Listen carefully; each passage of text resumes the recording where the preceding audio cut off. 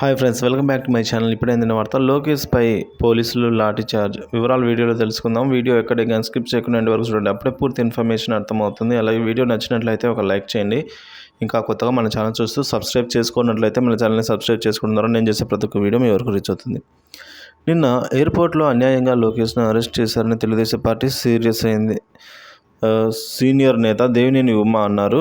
రాష్ట్రంలో జరుగుతున్న అరాచకాలపై లోకేష్ అభిప్రాయాలు వ్యక్తం చేయడం తప్ప అని ప్రశ్నించారు. జగన్మోహన్ రెడ్డి అవినీతిపై లోకేష్ తన అభిప్రాయాలు చెప్పారని అంటున్నారు. సోషల్ మీడియాలో జగన్ అవినీతిపై పోస్టులు పెట్టించారని చెప్పారు. 20 మంది పోలీసులతో కొట్టి మరీ హింసలు పెట్టారని ధ్వజమెత్తారు. తీవ్రమైన దెబ్బలతో ఉన్న లోకేష్ను ఆసుపత్రికి తరలించకుండా వ్యాన్లో తిప్పారని మండిపడ్డారు. జగన్ ప్రభుత్వంలో పోలీసులు దుర్మార్గాలకు ఇదో పరాకాష్ఠ చర్య అని అభివర్ణించారు. సీఎం సెక్యూరిటీ లోకేష్ను గుర్తించి పోలీసులకు అప్పగించారని చెప్పారు. లండన్ వెళ్తూ జగన్ తన రాక్షసత్వాన్ని నిరూపించుకున్నారు. దీని వెనుక ఎవరు ఏం చేశారు, విచారణ చేయాలని డిమాండ్ చేశారు.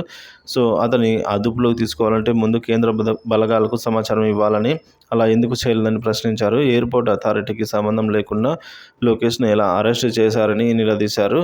అలాగే బలవంతంగా కిడ్నాప్ చేసి అతనిపై లైఫ్ రిస్క్లో పెట్టారని ఆందోళన వ్యక్తం చేశారు. డీజీపీ హరీష్ కుమార్ గుప్తా, సీఎస్ జవహర్ రెడ్డి స్పందించి లోకేష్ను అరెస్ట్ చేసిన పోలీసులను సస్పెండ్ చేయాలని అన్నారు. లేకుంటే వారిపై వారి ప్రమేయం ఉండదని అయితే భావించి వారినైనా కేసులు పెడతామని దేవినేని ఉమా అయితే చర్చించారు. ఈ విధంగా అయితే సో మొత్తానికి చూసుకున్నట్లయితే ఈ విధంగా పోలీసులు అయితే వ్యవహరించడం జరిగింది.